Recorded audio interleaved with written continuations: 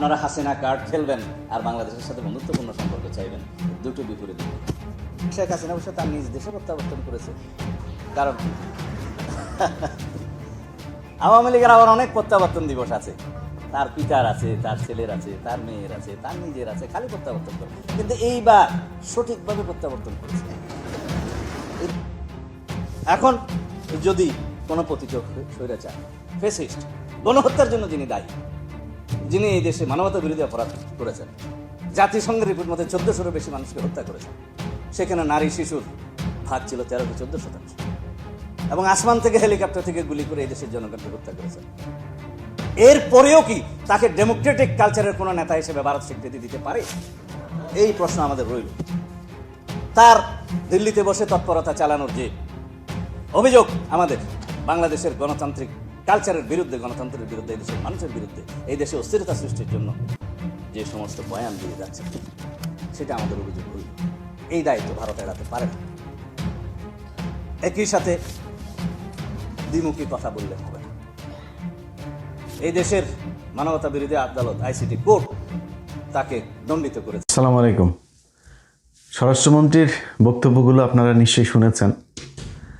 ওনার খুব নিকট অতীতের যে বক্তব্য, যে কার্যক্রম, যে অঙ্গভঙ্গি, সংসদের বাইরে, নির্বাচনের আগে পরে, সব মিলায় যদি ওনার এই নিকট অতীতের চরিত্রটা যদি বিশ্লেষণ করা যায়, তার সাথে এটা কিছুটা সাংঘর্ষিক।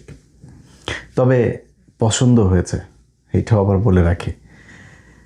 সালাউদ্দিন আহমেদ সহ বিএনপির যত নেতা আছেন বা সামগ্রিকভাবে বিএনপির কথা যদি বলি, আমি নির্বাচনের আগে সরাসরি জামাত ইসলামের পক্ষ নিয়েছি, দাঁড়িপাল্লায় ভোট চেয়েছি।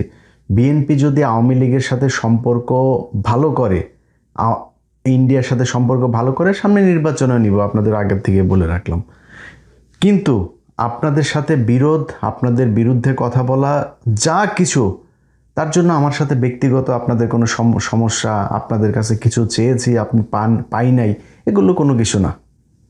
আপনাদের এই যা কিছু ঘটেছে সেটা আওয়ামী লীগের সাথে আপনাদের সম্পর্ক, আপনার আওয়ামী লীগের ব্যাপারে আপনাদের বক্তব্য, এগুলোর কারণে আপনাদের বিরুদ্ধে বলেছে। এগুলো থেকে ঠিক হয়ে যান, আমি ঠিক হয়ে যাব, কোনো সমস্যা নেই। 15 বছরে এই পরীক্ষা দিয়ে আসছি। যদি নাকি আপনাদের বিরুদ্ধে, বিএনপিরে যদি ধ্বংস করার, বিএনপির বিরুদ্ধে কথা বলার যদি নাকি ইচ্ছা থাকতো বা সেরকম কোনো কারণ যদি থাকতো, এই 15 বছরে বলা যাইতো, আপনি কিছুই করতে পারতেন না। 15 বছরে প্রকাশ্যে বলেছে, হ্যাঁ আমরা বিএনপি করি, আমি জামাত করি, আমি রাজাকার, আমি পাকিস্তানি, কোনো সমস্যা নেই, শুধু আওয়ামী লীগ বলতে পারবে না। সো সেই আওয়ামী লীগের প্রশ্নে আমার অবস্থান যা ছিল আজকেও তাই আছে।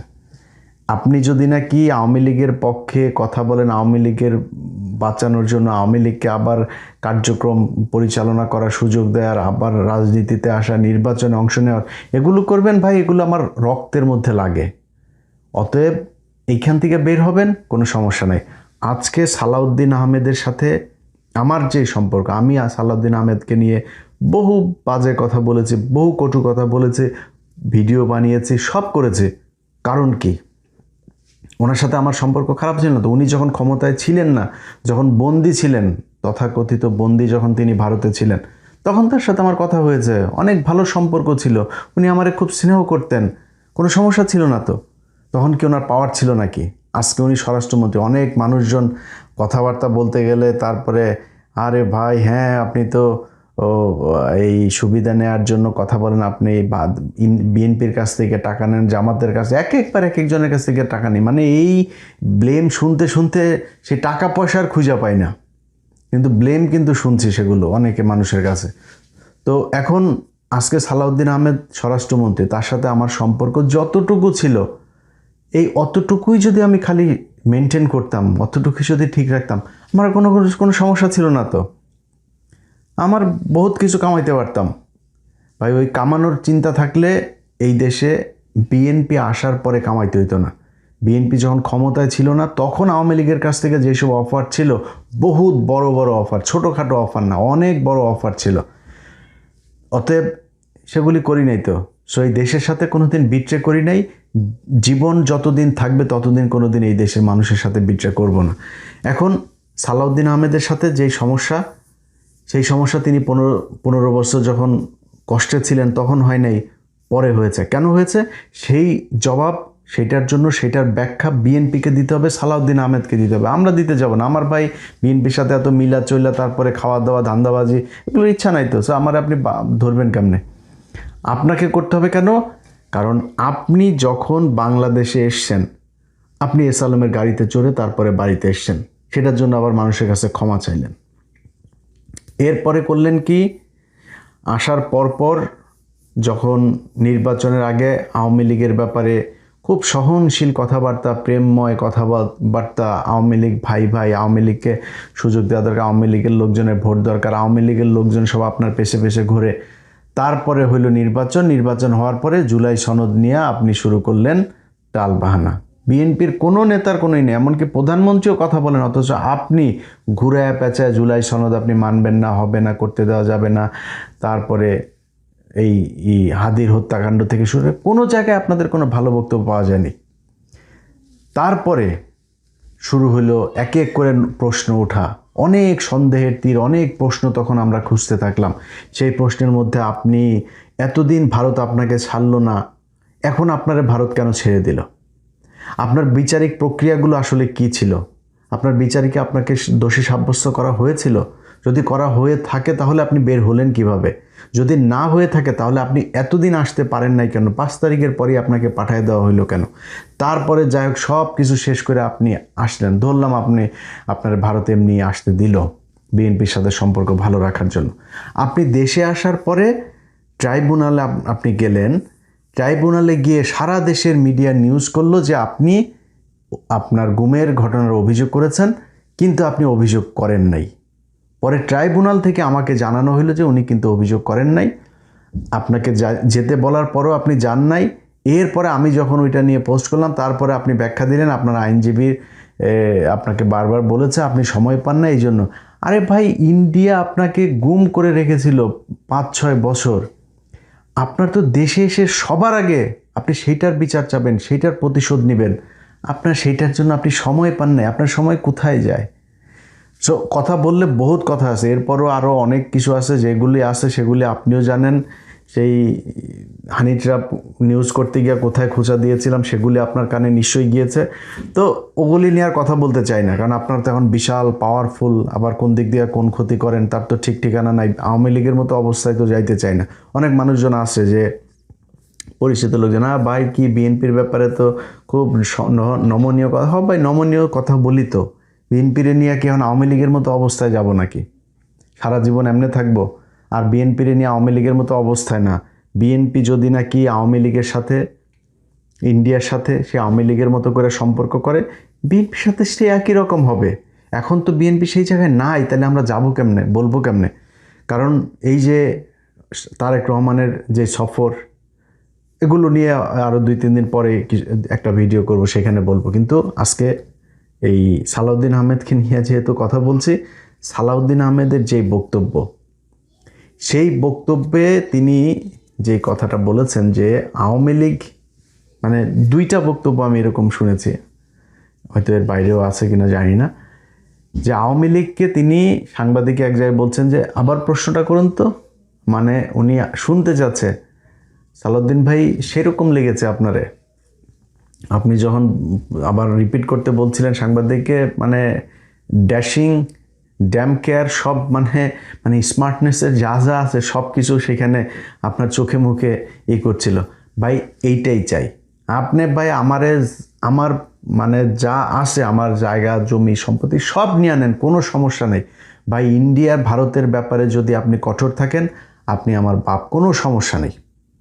আমার আপনার প্রতি কোনো ক্ষোভ থাকবে না, কোনো জেদ থাকবে না, রাগ থাকবে না, আপনার বিরুদ্ধে একটা কোনো পোস্ট করব না, কিচ্ছু করব না। অতএব এই জায়গায় ভাই ঠিক থাকেন। আওয়ামী লীগের ব্যাপারে যেইভাবে কথা বলেছেন এইভাবেই থাকতে হবে। একটা জিনিস মাথায় রাখেন, আপনাদের আমি নিজেও ব্যক্তিগতভাবে, ধরেন আমার এখনও অনেক মানুষ জিজ্ঞেস করলে আমি একটা কথা বলি যে, মানে কেমন আছে জিজ্ঞেস করে না, ভাই হাসিনা বাংলাদেশে নাই, এইটা আমাদের জন্য, মানে ধর আমি এখন যদি দেশে যাই, আমি ভাই কিছু না করে খাইলেও তো ভাই আমি 2-4 লাখ টাকা আমি মাসে চাকরির এরকম জায়গা আমি খুঁজে পাবো। মানে আমারে পুলিশ খুঁজবে না, আমার মানে জেল হবে না, ফাঁসি হবে না, ভয় থাকবে না, গুম হব না, ক্রস ফায়ারে যাবে না, আর কি লাগে?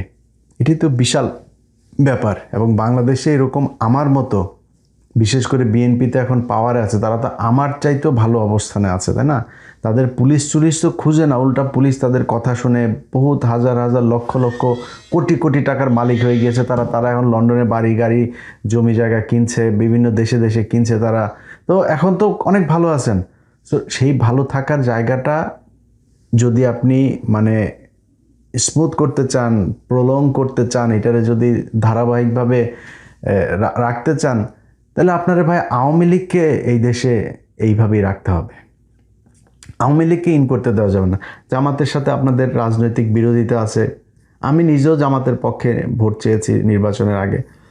তো জামাতের সাথে এইটা থাকবেই ভাই। আপনি তো আপন ভাইয়ের সাথে ভাইয়ের গ্যাঞ্জাম হয় না জমি জায়গা নিয়ে, রাষ্ট্রীয় ক্ষমতা কে পাবে সেটা নিয়ে বিশাল গ্যাঞ্জাম হবে, মানুষ মারাও যাবে। এটা খুবই স্বাভাবিক একটা ব্যাপার আমাদের দেশের মধ্যে, চাই না কিন্তু এটা যাবে, এটা খুব স্বাভাবিক ব্যাপার। তাই বলে সেই 71-এর গান গুন গায়া জামাতরে মাইনাস করে তারপরে আওয়ামী লীগরে ঢুকায়া, আওয়ামী লীগ কী জিনিস এইবার আরেকবার যদি আসতে পারে ওই দিন বুঝাই দিবে। আওয়ামী লীগ বুঝাইতে হবে না, ইন্ডিয়াই বুঝাই দিবে। অতএব যত জাউরামি করেন, চুরি করেন, লুচ্চামু করেন, বাটপারি করেন, যা মনে চাই করেন। আমি এই গেল 15 বছরে আমার বহু ভিডিওতে আমি বলেছি যে আওয়ামী লীগ যেইভাবে ক্ষমতায় আছে, এইভাবে যদি 15 বছর বিএনপি ক্ষমতায় থাকতে পারতো, তাইলে বিএনপি আওয়ামী লীগের চাইতেও হয়তো বেশি চুরি করতো। ওইটা কিন্তু প্রমাণ আপনারা কিন্তু প্রমাণ করে দিচ্ছেন। এই চুরি করছেন, কিন্তু প্রচুর চুরি করছেন, এবং চুরিতে আপনারা খুব পাকাপোক্ত, মানে খুব অভিজ্ঞতা সম্পন্ন চোর আপনারা। হ্যাঁ, চুরি করছেন, কিন্তু এটা নিয়ে এত হেজিটেশনের কিছু নাই, লজ্জা পাওয়ার কিছু নাই। এটা চুরি করেন, এটা করেন। এবং যারা এমপি মন্ত্রী টন্ত্রী আছেন, আপনাদের যারা পোলাপান সন্তান টন্তান আছেন, আপনাদের বলি আপনাদের বাপ কিন্তু চুরি করে, আপনার বাপ চোর একজন। চুরি করে আইনে আপনাদেরকে বিশাল ভিআইপি জায়গায় রাখে, বিদেশে টিদেশে রাখতেছে, পড়াশোনা করাইতেছে, বিরাট আকারে ভিআইপি নতুন নতুন ব্র্যান্ডের গাড়ি টাড়ি নিয়ে চড়েন। চোরের বাচ্চা কিন্তু আপনারা, এটা মাথায় রেখেছে। ওইটা নিয়ে কোনো সমস্যা নাই। বিএনপি চুরি করবে, জন্ম হয়েছে বাংলাদেশের রাজনীতিবিদদের চুরি করার জন্য, ওইটা কোনো সমস্যা না। ওইটা নিয়ে মাথা ঘামায় লাভ নেই। ওইটার কোনো সলিউশন আমি দিতেও পারবো না। অতএব যেটা সমস্যা ভারত, এই ভারতের জায়গাটা থেকে ঠিক থাকতে হইলে ভারতের বাংলাদেশে মূল ইনস্ট্রুমেন্ট এই আওয়ামী লীগ, তাদেরকে আপনাদের ঠিক রাখতে হবে। তাদেরকে সোজা করে রাখতে পারলে এই জামাত টামাত এগুলি কোনো সমস্যা না ভাই। জামাত আপনাদেরকে এই গেল 6 মাসেই আপনাদের যেই শান্তিতে সরকার পরিচালনা করার সুযোগ দিয়েছে, এটা জামাত বলেই দিয়েছে। আজকে যদি আওয়ামী লীগ থাকতো তাহলে কি হইতো? ইভেন জামাত যদি ক্ষমতায় থাকতো তাহলে আপনারা কি করতেন একটু নিজেদের কোশ্চেন করেন। অনেক মানে তর্ক বিতর্ক, আপনাদের ভিতরে প্রতিযোগিতা, মারামারি, হাতাহাতি, অনেক কিছু হবে। বাট এটা মনে রাখেন যে মানে বাই রোটেশন আপনারা ক্ষমতায় আসবেন, জামাত একবার আসবে, আপনারা একবার আসবেন, তারা এটা নিয়ে আপনাদের ভেতরে ঝগড়া হবে, অনেক কিছু হবে, কিন্তু আপনাদের দুইজনকেই বাংলাদেশ পরিচালনা করতে হবে। এটা যদি করেন আপনাদের সাথে আসি। বিএনপির সাথে আমার কোনো সমস্যা নেই, জামাতের সাথে আমার কোনো সমস্যা নেই, সবাই ভালোবাসি। এবং এটা যে ভালো যে বাসি সেটা গেল 15 বছর আপনারা যখন ক্ষমতায় ছিলেন না সেই সময় প্রমাণ দিয়েছি। এটা নতুন করে প্রমাণ করা কিছু নাই। এখন গজিয়ে ওঠা অনেক লোকজন আবার অতি বিএনপি হইতে যায়, তারা তো আবার অনেক কথাবার্তা বলে, তো সেগুলি বাদ দিলাম।